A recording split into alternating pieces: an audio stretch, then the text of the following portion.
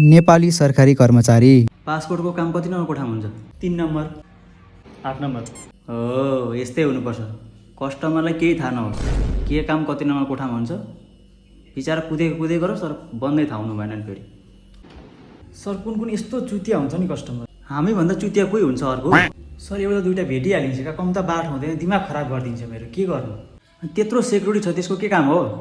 त्यो सेक्युरिटीलाई भन न गएर त्यसले ल्याङ गर के गर भनेर निकाल्दै त्यसलाई फर्काएर।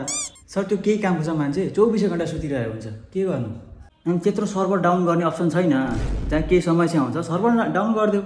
म त गरिहाल्छु नि, अर्को जुन छ नि त्यो इमान्दार, ए त्यसले खालि जान्नु तान्नु केही छैन, खालि स्क्रिन हेरेर बसिरहेको हुन्छ।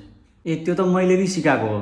एउटा हातमा टाइपिङ गर्ने, स्क्रिन ज्यादा हेर्ने, काम कम गर्ने। ए ल ठिक छ। अनि सुन्नु न, कस्टमरलाई गाली गर्न मिल्छ नि? डाइरेक्ट गाली दिने होइन, यस्तो भन्नु कि ठ्याक्कै गाली जस्तै लाग्यो।